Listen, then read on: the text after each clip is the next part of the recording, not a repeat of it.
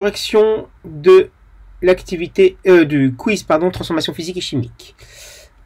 Alors, lors d'une transformation physique, c'est quand a lieu quand de l'eau bout dans une casserole. Il y a de la vaporisation, l'eau passe de l'état liquide à l'état gazeux. D'accord? Certainement pas du sel qui se dissout dans de l'eau. D'accord? On avait dit que si du sel était en train de se dissoudre dans l'eau, vous aviez du NaCl solide. Va devenir Na+, plus Cl-, les ions dont il est constitué, dans l'eau. D'accord? Ça, c'est une réaction chimique. Transformation chimique. NaCl est une espèce, Na+, en est une autre, et Cl- en est une autre. Donc ce n'est pas une transformation physique. Un morceau de verre qui se brise, rien à voir. Et lorsque du bois brûle, c'est une combustion. Donc c'est une transformation chimique. Lors d'une transformation physique, il se produit un changement d'état physique, bien évidemment. Et certainement pas des espèces chimiques sont formées ou consommées, d'accord? Ça, des réactifs qui sont consommés, des produits qui sont formés, c'est dans une transformation chimique. Et la température augmente toujours? Non, pas forcément. Certainement pas. Okay, quand on passe de l'état liquide à solide, la température diminue. Okay, donc elle peut augmenter, mais certainement pas toujours. Ici du cours, la vaporisation, c'est le passage de liquide à gaz. La solidification, passage de liquide à solide.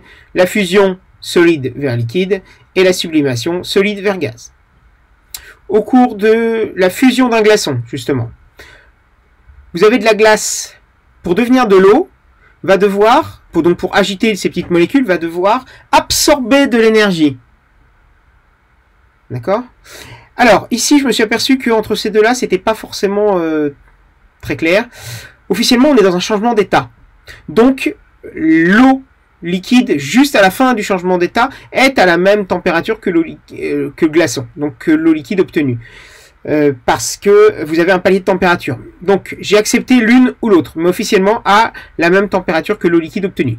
Mais voilà, c'était assez méchant. Donc j'ai accepté les deux. Si de la vapeur d'eau cède de l'énergie au milieu réactionnel, ça veut dire que la vapeur d'eau cède, c'est-à-dire en libère, perd de l'énergie. Donc, pour la vapeur d'eau, elle est comptée négativement. Elle serait comptée positivement pour l'environnement extérieur. D'accord? Mais l'énergie transférée est négative pour la vapeur d'eau, elle en perd. D'où le système chimique qui est la vapeur d'eau cède, l'énergie va vers l'extérieur, d'où le terme de exothermique.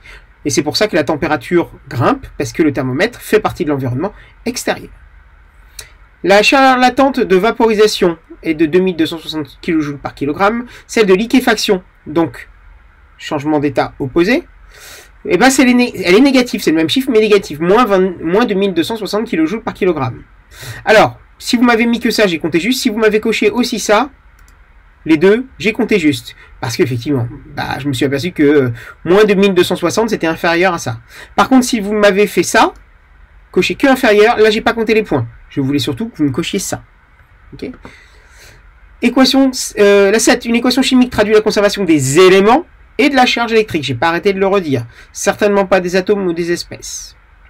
La 8, donc, c'était juste équilibré. Donc, Al solide plus H plus AQ. Hop. Al3 plus AQ plus H de gaz. Vous avez un élément aluminium de chaque côté, donc c'est bon. J'ai 2 ici, hydrogènes, donc je mets un 2 ici pour équilibrer l'élément hydrogène. Sauf que ici, vous voyez qu'au niveau des charges, je suis à plus 2, et ici à plus 3. Donc il faut trouver un plus petit multiple commun. Donc le plus petit multiple commun, entre 2 et 3, c'est 6. Donc pour avoir plus 6 ici, il faut que je mette plutôt un 6. D'accord? Ici, pour avoir 6 hydrogènes, donc il faut que je mette un 3. Voilà. Et donc ici, il faut que je mette un 2 pour être à plus 6 aussi. Et donc un 2 pour équilibrer l'aluminium. Voilà la démarche. La 9, le réactif limitant est toujours le réactif qui est totalement consommé à la fin de la transformation. C'est certainement pas celui dont il reste de la quantité de matière. Ça, c'est celui qui est en excès. Le limitant, c'est celui qui est consommé en premier et donc il limite la réaction. Par contre, ça n'a absolument rien à voir avec la plus petite quantité initiale ou la plus grande. D'accord? Vous verrez que vous pouvez avoir un limitant qui est, alors qu'on l'a introduit en plus grande quantité. Tout dépend des proportions et des coefficients stoichiométriques dans la réaction. Donc de ça, ça et ça. Alors le 7. On va essayer de le faire ensemble. Donc calculer l'énergie. Ok? Vous avez un glacier qui passe de 90 à 50, de 90 à 40 hectares. Donc ça, c'est une diminution de 55%, et son épaisseur a diminué de 75 mètres en un siècle. Donc en fait, on n'a pas besoin du 50. Ici. Donc, la surface perdue, c'est 50 hectares. Voilà. Ok. L'épaisseur perdue, c'est 75 mètres. Voilà. Ça, on peut le transformer, on vous disait que 1 hectare, c'était 10 puissance 4 mètres carrés. Donc ça, ce sera 50 10 puissance 4 mètres carrés.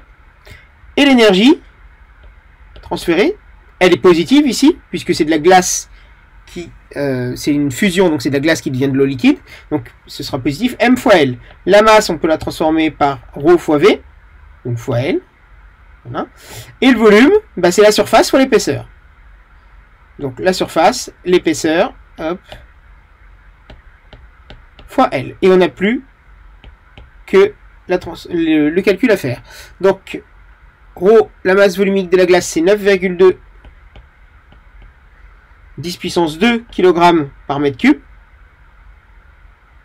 fois la surface, donc 50 10 puissance 4 mètres carrés, fois l'épaisseur en mètres 75, donc vous voyez bien que tout ça, ça je vais l'enlever, tac, vous voyez bien que tout ça sera en mètres cubes, ça ce sera des kilogrammes par mètre cube, donc déjà mes mètres cubes au dénominateur, au numérateur ici vont se simplifier, multiplié par 334 kJ par kilogramme. Voilà. Donc mes kilojoules par kilogramme, mes kilogrammes ici et ici vont se simplifier. Donc mon résultat sera bien en kilojoules. J'ai deux chiffres significatifs partout, donc mon résultat sera de 1,2 10 puissance 13 kilojoules.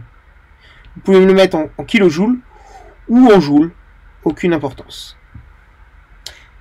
Merci à tous.